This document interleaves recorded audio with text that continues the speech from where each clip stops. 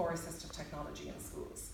We know that assistive technology can do wonderful things for students with dyslexia, and it is literally something that is opening up the curriculum for them. It means that they can use ebooks, they can listen to their textbooks, it means that they can dictate, they can use programs like Grammarly with their written work and things like that. They can use it in an exam. It helps them greatly with difficulties with sequencing and organisation that can also be part of dyslexia, and also even the handwriting difficulties.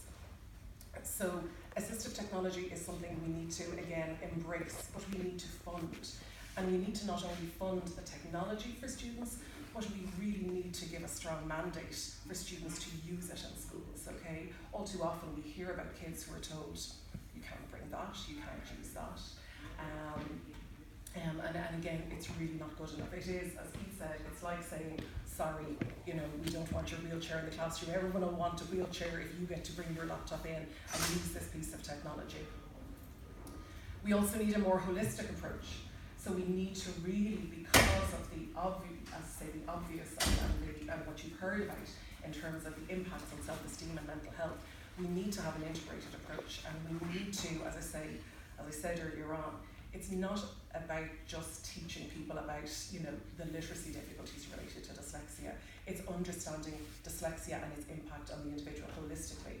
So that means also taking into account self-esteem, mental health, treating people with empathy, and those things are critical, and they really need to be incorporated into approaches, and they also need to be incorporated into the workplace. I know we talk a lot about dyslexia in education settings, and it is where a lot of these things are very at a peak, because it's where we learn literacy and where we're using literacy a lot, but the reality is a modern workplace has more and more literacy in every sphere, whether it's from even in the past where people would have left school early and gone into a trade, like Keith's route, or people who left school early and maybe they were lucky enough to have a family farm and could go and do that. But the reality is, if you're doing any job now, there's so much paperwork, there's so many rules and regulations and things like that. It's in some ways becoming harder and harder to be dyslexic. But I suppose in some ways with technology, if we can really embrace it and resource it, that has huge potentials for beginning to make it better if we use it well. And as we've said, dyslexia really can cause lifelong challenges when it's not supported, and I think those scars are there for people, even when they've gotten to the stage of being really competent and really worked out their strategies and found their feet later on in life in whatever their career area. You still ask that successful person to take minutes at a meeting or to read something out loud in a team meeting, and you see that it's very close there to the surface. So just to finish, I suppose I'm going to just slightly come back to the numbers again. If we look at school and the numbers of children who we have in school, we have on the last census just over 920,000 children in primary and secondary school in Ireland.